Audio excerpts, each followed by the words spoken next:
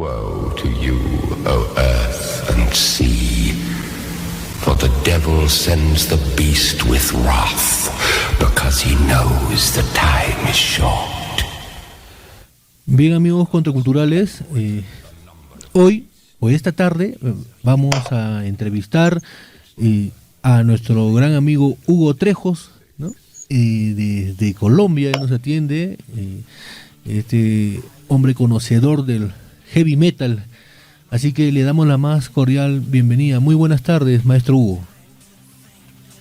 Muy buenas tardes, Jorge, ¿cómo estás? Y a toda la gente allá en el Perú. Bien, gracias, Hugo. ¿Cómo vas por allá en Colombia? ¿Cómo estás tú? Estamos muy bien por aquí, tratando de salir de la pandemia de alguna manera. Sí, ¿no? Seguimos con esta situación. Hoy nos reúne, maestro Hugo, Iron Maiden, ¿no? Este supergrupo de heavy metal que ya tiene pues varias décadas acompañando a las personas de espíritu joven. Iron Maiden es un grupo británico y que hace muy buen rock, con unas excelentes letras, y tiene todo una imaginería, ¿no? Queríamos entonces aprovechar la oportunidad y que nos hables sobre Maiden, a tu estilo, con ese conocimiento que tú tienes, y sabemos que eres también pues fan de este grupazo. Efectivamente, Jorge, Iron Maiden es una de las bandas que ha influenciado notablemente mis gustos en cuanto a heavy metal se refiere. Uh-huh. Y pues, ¿qué podemos hablar? Es una banda británica que nació en 1975, fundada por el bajista, por Steve Harris, y pues considerada como una de las bandas más importantes del género durante todos los tiempos. Uh-huh. Y tenemos que han vendido más de 100 millones de copias. ¡Wow! 100 millones de copias. Uh-huh. En todo el mundo. Estamos haciendo un cálculo ahí, más o menos, ¿no? Nosotros conocemos Maiden mayormente con la voz de Bruce Dickinson. Sin embargo, sabemos que han habido otros cantantes. Háblanos, por favor, de los que han conformado este grupo. Bueno, como estamos en los inicios de la banda, pues vamos a tratar de hacer dos partes, porque siempre es bastante amplia la historia de Iron Maiden. Y como te decía, Steve Harris la funda en 1975 y él comienza a tratar de darle forma a su banda con integrantes ya definitivos. Y entre ellos comenzaría con el señor, o sea, la banda ya Iron Maiden sería en la voz el señor Paul Di'Anno, uh-huh. Dave Murray, en la guitarra Dennis Stratton, y en la batería, en la otra guitarra y en la batería Cliff Burr, junto a el señor Steve Harris.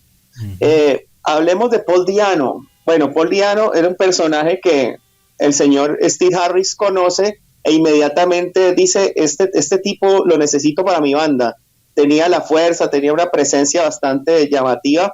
En ese tiempo vale la pena resaltar, Jorge, que estaba el punk inglés en su auge, ¿no? O sea, los punkeros estaban pues tomándose la batuta en cuanto a influencia con los jóvenes y todo eso en Inglaterra. Bandas como Sex Pistols mandaban la parada. Entonces Steve Harris se quería alejar de esa onda punk. Él era más influenciado por bandas como Deep Purple, como Black Sabbath, bandas que ya habían sentado cimientos de lo que sería el heavy metal en toda su historia, ¿no? Entonces el señor Steve Harris, claro, ubica al señor Paul Di'Anno y el sonido de Iron Maiden comienza a tomar forma como lo que es hoy en día, o sea, un heavy metal clásico, un heavy metal contundente. Y bueno, allí entraríamos al primer álbum de Iron Maiden llamado Iron Maiden. Uh-huh. Hugo, vamos a escuchar Killers de Maiden, para que también nos vayas luego hablando sobre Maiden y estos inicios en el heavy metal. Excelente canción.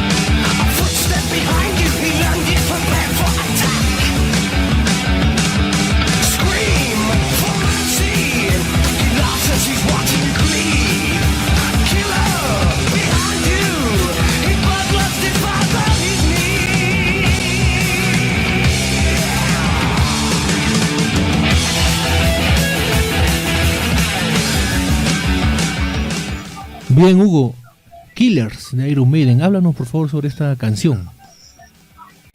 Bueno, vámonos un poquito antes. Y bueno, ya habíamos hablado que ellos lanzan su primer álbum, Iron Maiden, y el impacto en Inglaterra es inmediato, ¿no? O sea, una banda típica, como ya habíamos mencionado, atípica para la onda punk de aquellos tiempos.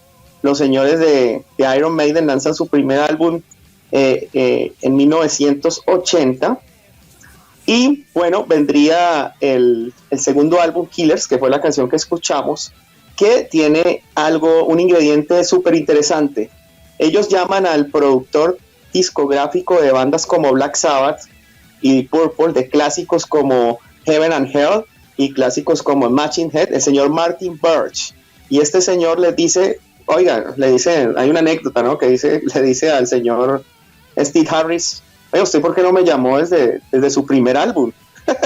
¿Por qué me está llamando en el segundo? Y entonces le dice Steve Harris, le dice a Martin Birch, le dice, no, lo que pasa es que no pensábamos que una persona como tan famosa como tú nos iba a prestar atención. Bueno, es una anécdota.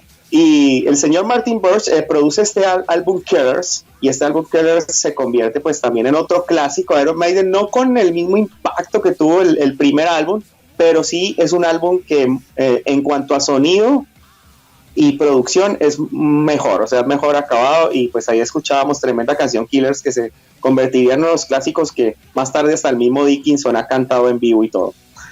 Bueno, ¿qué pasaría ahí, Jorge? ¿Pasa algo? ¿Hay una ruptura? Y hablando de Dickinson también, ¿no? Uh-huh. Claro, es interesante lo que nos estás contando. Esta canción de Killers pues, es alucinante, porque inicia así con un instrumental y con gritos, ¿no? Para su época Ajá. Pues era todo un golpe sonoro. Y hasta ahora, ¿no? Y el estilo de Paul Di'Anno canta ahí, ¿no? Sí, Paul Di'Anno tenía un estilo muy, muy diferente a los cantantes de heavy metal, como pues no lo podemos comparar con un Dio, ni con un Ian Gillan, ni con Ozzy Osbourne. Paul Di'Anno tenía su marca registrada, uh-huh. Pero cosa que le traería de una u otra forma inconvenientes, era que él tenía un estilo de vida. Él junto a Steve Harris querían alejarse del punk, ¿no? Querían alejarse de este movimiento y fundar lo que es una banda de heavy metal, pero la vida del señor Paul Di'Anno era muy, muy punker, o sea, era extremado en las drogas, en el alcohol. Su uh-huh. pinta de una u otra forma es muy diferente a la de Dickinson, es una pinta tirando más al punk, sin ser él pues un cantante de punk. Y esto le traería problemas en la banda, y allí sería el momento en que entra el cantante, para mí, definitivo, uh-huh. de Iron Maiden, que es el señor Bruce Dickinson. Sí, nos hacen una pregunta, nos dice, ¿qué significa Iron Maiden? Por favor, ilústranos. Se significa dama de hierro.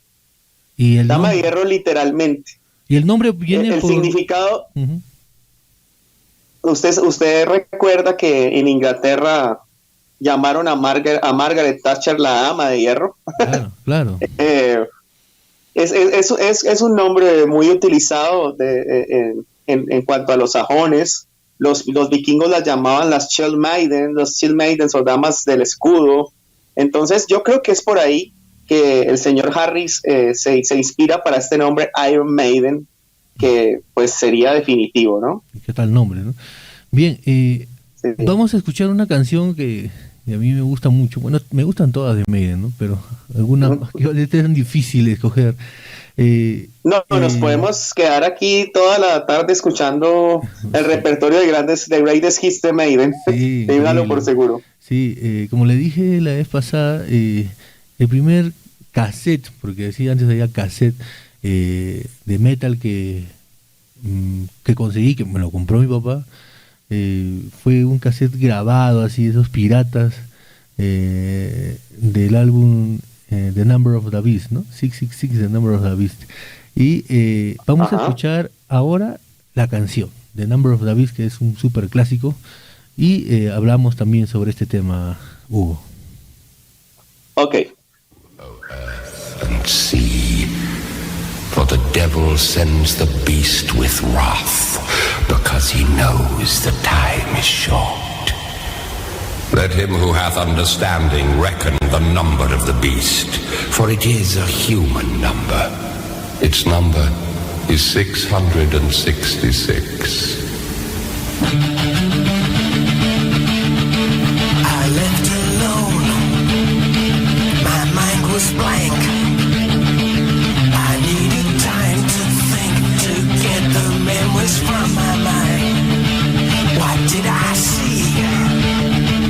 Can I believe that what I saw that night was real and not just fantasy?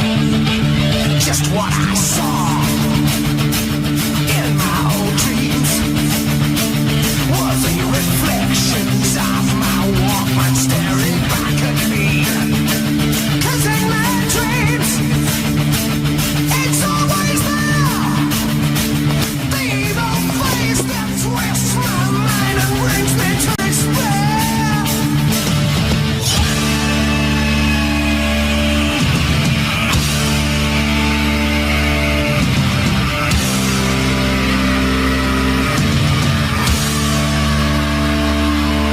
Night was black, was no use holding back, 'cause I just had to see, was someone watching me? In the mist, dark figures move and twist. Was all this for real, or just some kind of hell? 666, the number of the beast. Hell and fire was born to be released. Torches blazed and sacred chants were praised as they stopped to cry and held to the sky. In the night, the fires are burning bright. The ritual has begun. Satan's work is done. 666, the number of the beast. Sacrifice is going on tonight.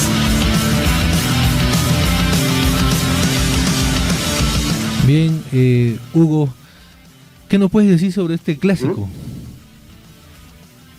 Bueno, antes de hablar del clásico de Number of the Beast, me hacen una corrección por aquí, una fan que estás de Iron Maiden que está escuchando el programa desde Colombia, y me dice que el nombre Iron Maiden es salido de una cámara, un dispositivo de tortura de la Edad Media que se llamaba Iron Maiden. De ahí toman el nombre, y es a propósito de una adaptación cinematográfica de la novela El hombre de la máscara de hierro de Alejandro Dumas, que corrigen por aquí. Bueno, sí, o sea, siempre hemos sabido que tanto Steve Harris como el mismo Bruce Dickinson son muy amantes de la literatura y todo esto, y lo vamos a hablar más adelante. Claro.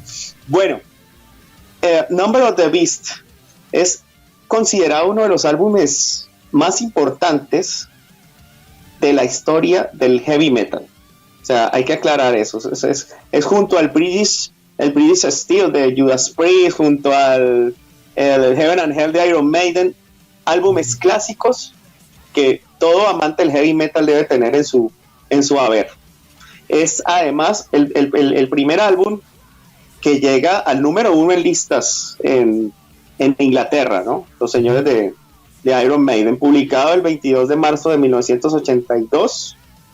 Este álbum fue escrito, casi la mayoría de las letras fueron escritas por el señor Steve Harris, y bueno, muy controversial, ¿no? Por el nombre, The Number of the Beast, por esa canción en especial, que nos habla pues de apartes de la Biblia, y su coro que es bastante diciente, ¿no? Claro. Hugo, esta canción es interesante y marca historia, ¿no? Yo recuerdo que Sí. cuando niño todavía escuchaba Maiden, era prácticamente pues una herejía, ¿no? Y todavía si te ponías a cantar, ¿no? 666, The Number of the Beast, y te decían, ¿qué estás cantando? ¿Cómo se llama esa canción? Ah, se llama 666, el número de la bestia. Pucha, que esto es en los 80, por lo menos en Lima era terrible, ¿no? Sí. Y encima que por ahí estaban pues de moda todavía en esa época, no sé si allá en Colombia, pero estaban de moda pues las películas de terror, así como El Exorcista y La Profecía y toda esta vaina. Tener un disco de Maiden pues era difícil, ¿no? Y también la dificultad en esa época era la de encontrar discos o cassettes originales, ¿no? Solamente la gente que tenía una gran capacidad económica podía tenerlo. Siempre por ahí había en el barrio uno, ¿no? Que otro que era el que tenía, y ese era el punto al que toditos íbamos, y con nuestra grabadora esa que teníamos, esa de doble casetera, lo chapabas y el cassette y lo regrababas y con tu lapicero le dabas vuelta para seguir escuchando la canción. Cosas alucinantes. Impresionante. La primera vez que yo me enfrento con Iron Maiden, pues me enfrenté con el álbum Killers y esa carátula que aparece Eddie ahí con un hacha y todo el dato, es brutal. Pero cuando me encuentro con Number of the Beast, pues claro, muy diciente, está Eddie peleando con el demonio, la carátula. Las carátulas de Maiden eran muy, muy llamativas, y uno se enfrentaba a, ¿qué será que hay dentro de este álbum? O sea, ¿qué música saldrá de aquí? ¿Qué música del inframundo? Y resulta que no, era un heavy metal muy, muy bien trabajado, con la voz de Bruce Dickinson ya aquí. Él venía de una banda que se llamaba Samson, y el mismo Martin Birch, quien produjo también este álbum, dijo, sencillamente no creo que el anterior vocalista Paul Di'Anno fuera capaz de cantar algunas líneas que Harris tenía en mente. Cuando Bruce llega, se abrió un montón de posibilidades para el nuevo álbum. Obviamente la entrada de Bruce Dickinson le abre el camino a Iron Maiden total, porque la voz de Bruce Dickinson es una voz heavy metal 100%. Entonces ya lo podemos poner al nivel de un Ronnie James Dio, al nivel de un Ian Gillan, y esto le daría de una u otra forma su puesto a Iron Maiden en la historia de este género, encumbrada con las grandes bandas. Claro, completamente de acuerdo. Bruce Dickinson es un tipazo, ¿no? Y una voz potente, alucinante. Las letras de Maiden distan mucho de ser una locura, entre comillas, ¿no? Aunque son una locura. Pero hablan de historia, nos hablan pues de hechos que han ocurrido, que son importantes para el mundo. Algunas historias o leyendas también. Es decir, el trabajo de Maiden es un trabajo artístico netamente, ¿no? Ha habido siempre detractores del heavy metal que piensan pues que este género musical es pues una arte de griteríos y bulla, ¿no? Lo cual es incorrecto. Creo que Maiden es el baluarte, ¿no? El abanderado de las personas que nos gusta este tipo de música, y que cuando lo sientas a alguien a escuchar el buen rock, ¿no? En este caso el heavy metal, los haces entender cómo es que suena pues una guitarra, la batería, cómo coordinan todo esto, se dan cuenta de que están ante obras de arte. ¿Qué opinas tú, Hugo? No, pues estoy totalmente de acuerdo contigo, Jorge. Sí, son obras de arte. Estos señores de Iron Maiden son tremendos músicos, además que tienen una visión conceptual de sus trabajos brutal, y el Number of the Beast es el inicio de esa visión conceptual, de esa estética que marcaría de ahí en adelante todos los álbumes de Iron Maiden. Las letras influenciadas más allá del aspecto satanista de este cuento, por cuestiones de tipo literario, diría yo más. De hecho, un amigo nuestro, el señor José María Guerre, le hace una reacción en YouTube a la canción Halloween by the Name de este álbum, ¿no? Para que aquellos interesados lo busquen por ahí, y es una reacción a nivel filosófico interesante. Sí, ¿no? Y la historia, ¿no? De este hombre que va a morir y que está recordando su vida pasada, ¿no? Alucinante. Sí. Vamos a escuchar una canción que también aquí nos han escrito, no puede haber un especial de Maiden sin The Trooper, dice, ¿no? Y realmente creo que sí, claro. ¿No? The Trooper, así que vamos a escuchar la canción y seguimos con el programa, Hugo. Ok.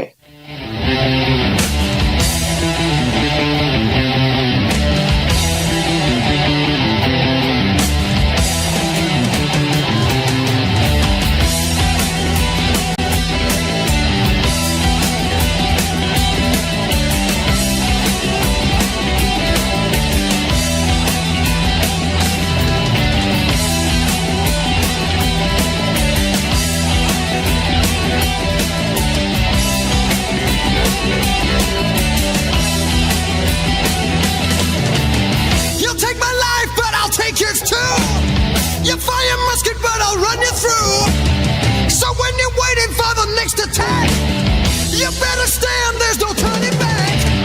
The bugle sounds, the time begins. But on this battlefield, no one wins. The smell of ice smoke and horse's breath. As a virgin into sudden death.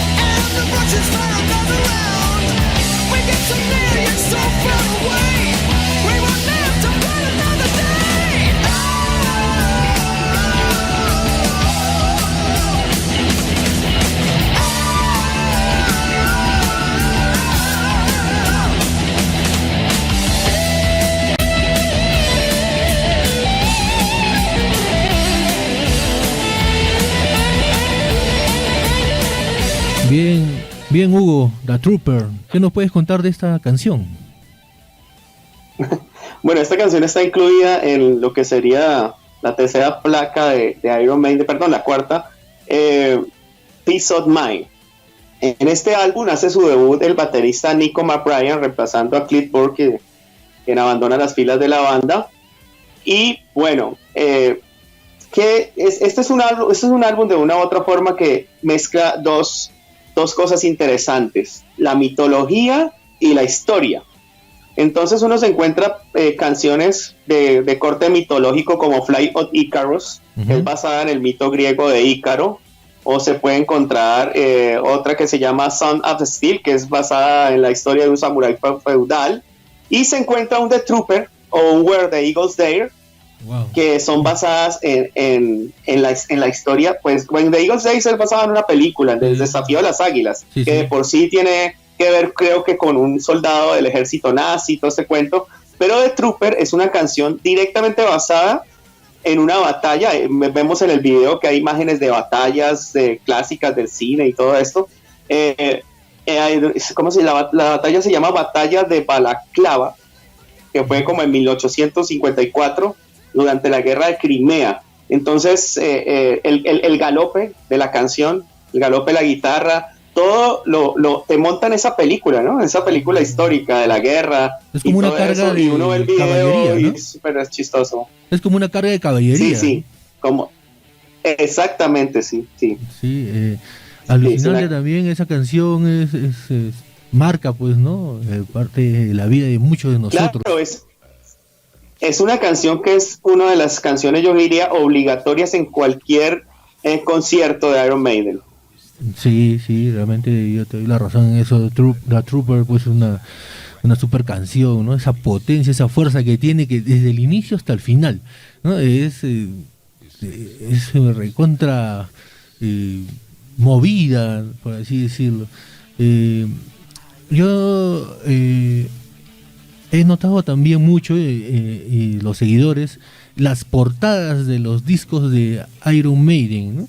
Por lo menos en esta etapa que estamos tocando, en este primer especial, en este primer programa, porque van a ser 2 programas, y eso que haciendo el esfuerzo de resumir lo que podamos. De resumir mucho. Sí, las portadas, ¿no? Por ejemplo, estabas hablando de Peace of Mind, ¿no? Ese momento de locura, pedazo de la mente, algo así, donde se ve a Eddie, ¿no? A este personaje tan interesante, ¿no?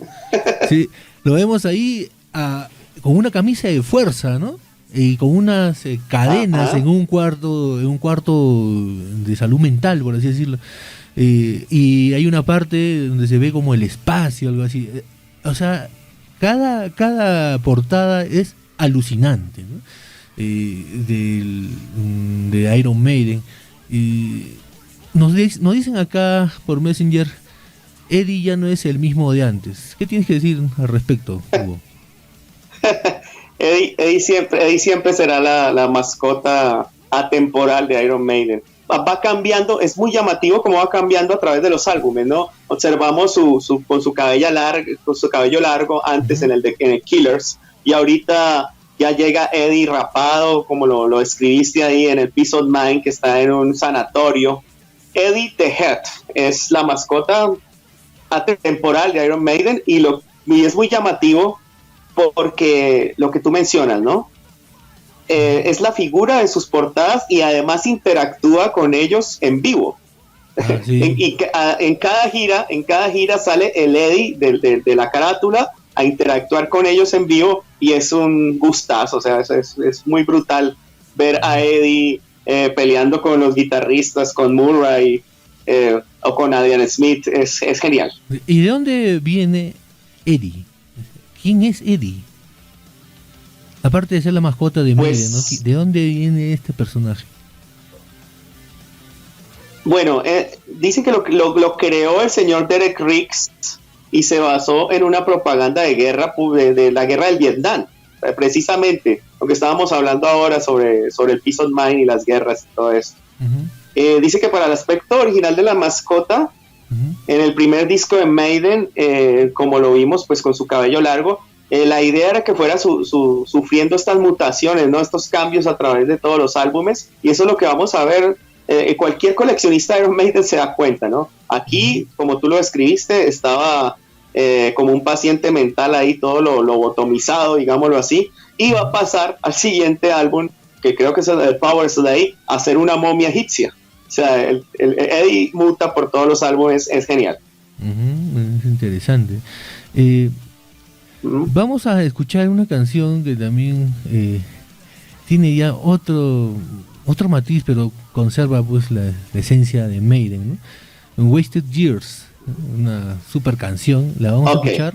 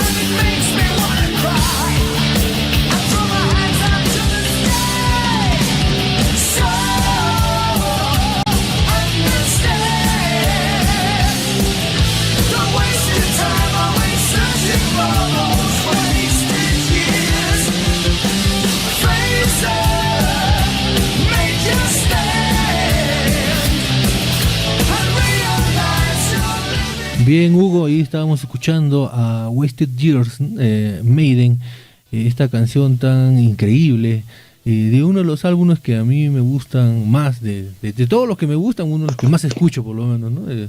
El Somewhere in Time. Háblanos por favor de esta canción. Bueno, este álbum Somewhere in Time definitivamente es un álbum brutal. ¿Por qué? Le dan plena libertad al señor Adrian Smith, que es guitarrista de Iron Maiden, ya entra a ser el guitarrista creo que desde el Number of the Beast. El señor Adrian Smith es uno de los guitarristas más admirados a nivel de la historia de toda la banda. Por aquí tuvimos en Rockline la oportunidad de entrevistar a la guitarrista de The Iron Maidens, la banda femenina de covers de Maiden, Courtney Cox, y nos dijo que ese era su guitarrista, y para mí también ese es mi guitarrista. Y este álbum es brutal. ¿Por qué? Porque surge en una época donde estaba en auge otra vez Maiden, siempre enfrentándose como a las modas, ¿no? Uh-huh. Ya no era el punk, sino que era el glam, el glam y el hard rock así glamero de los 80s en Estados Unidos y en Inglaterra también fue muy fuerte, y ellos se alejan de ese espíritu glam y se dedican a hacer un álbum mucho más progresivo, mucho más, o sea, este Somewhere in Time se sale pues de esa onda, ¿no? Totalmente, y pues Maiden se tira tremendas canciones, y una de esas canciones es Wasted Years, que definitivamente entra a ser parte también de los hits para muchos de Iron Maiden, también infaltable en sus conciertos, y uno escucha esa canción y no se le da como cierta melancolía. Yo lo siento así como la letra de los años malgastados, todo este cuento te da como cierta melancolía, pero a la vez es una canción fuerte que en vivo te pone a volar. Así es, ¿no? Este álbum que lo editaron en el año 86 tiene unas canciones potentes, monstras, como decimos acá en Perú, ¿no? Bien chéveres, que te hacen volar, ¿no? Hay una de mis favoritas en ese álbum, que se llama Stranger in a Strange Land. Sino que obviamente tenemos que sonar Wasted Years, pero esa es otra de mis favoritas. Sí. Bueno, todas las canciones de este álbum son excelentes, ¿no? Atrapados en algún lugar del tiempo, sí. Mar de locura, El cielo puede esperar, ¿no? Tantas, el déjà vu, ¿no? Alexander the Great, ¿no? Y sale el Eddie futurista, ¿no? El Eddie del futuro. Sí, con este disco tú lo puedes tocar y coger un libro de Asimov, ponerte a leer, alucinas fuerte, ¿no? ¿Verdad? Sí, sí. Hay algo por mencionar ahí, y es que este es el primer álbum donde Iron Maiden introduce sintetizadores. Uh-huh. Antes no lo había hecho, y pues bueno, también le da otro toque, ¿no? Ese toque progresivo del que estábamos hablando. Uh-huh. Hugo, pues hablar de Maiden es tan interesante, ¿no? Vamos a escuchar una última canción que también es muy buena, se llama The Evil That Man Do, y regresamos contigo genial. Para hablar sobre esta canción de Iron Maiden.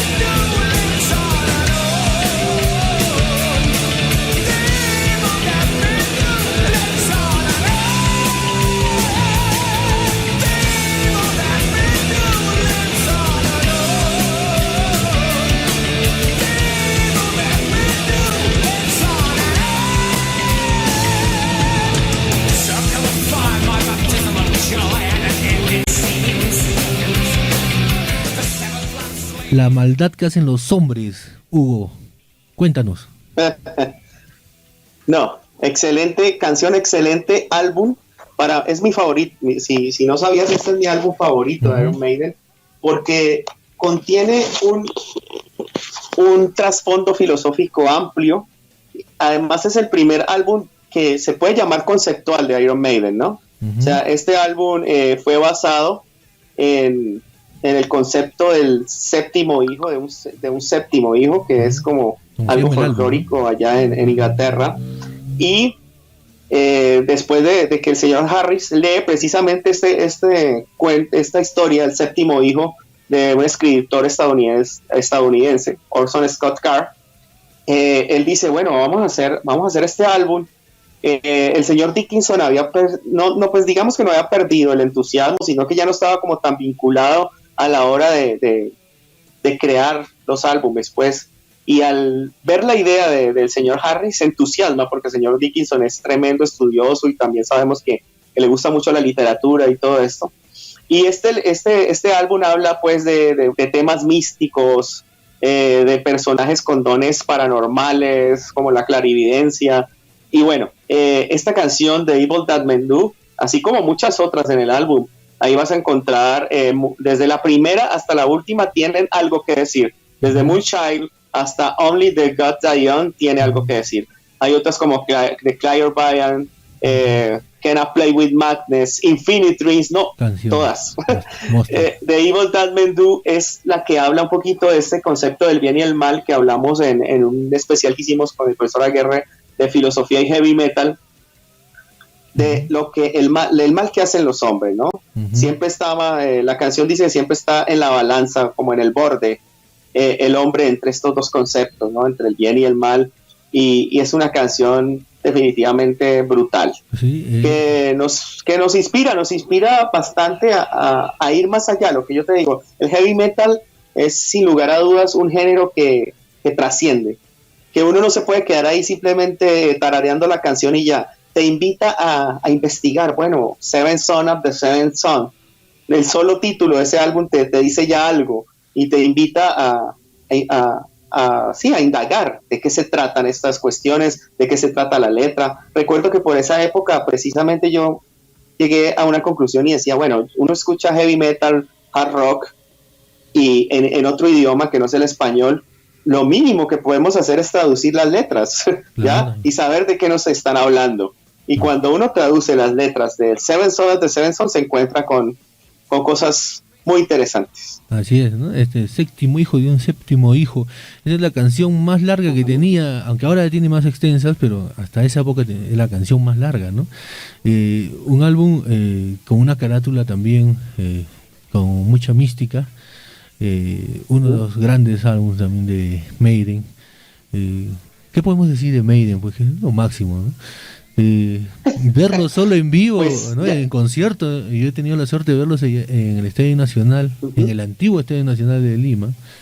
Fue apoteósico, ¿no? La gente, la cantidad de personas que abarrotaron el Estadio Nacional fue increíble, y todas las canciones que cantaron, cualquier movimiento que hacía Bruce Dickinson era pues ovacionado. Gran historia la que nos has ilustrado, Hugo. Está llegando a su final esta primera parte de este especial. El día lunes vamos a continuar con la parte siguiente para hablar de esa otra parte, la historia de Maiden, ¿no?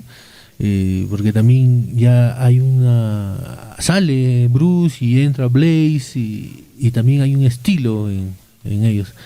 Te agradecemos mucho, Hugo, por el tiempo que nos has brindado y tus palabras finales en este capítulo. No, pues Jorge, los agradecimientos a ti, porque estas invitaciones nunca te las voy a rechazar cuando vamos a hablar de bandas como Iron Maiden o cosas así, jamás. O sea, estamos hablando de algo que nos apasiona, y pues nada, invitar a los oyentes que de pronto se están tropezando con esto y dirán, bueno, ¿qué es Iron Maiden? Investiguen. Es una de las bandas, si no la banda más importante del género del heavy metal, y vale la pena escuchar sus álbumes, vale la pena indagar sobre ellos, porque es la banda epítome de esto que tanto nos gusta Jorge, es un placer y seguiremos el lunes, como tú dices. Aquí terminamos súper bien con tremendo álbum, Seven Son at the Sun, y el próximo lunes estaremos hablando de la parte más actual de Iron Maiden, digámoslo así. Bien, muchas gracias, Hugo, y nos estamos escuchando.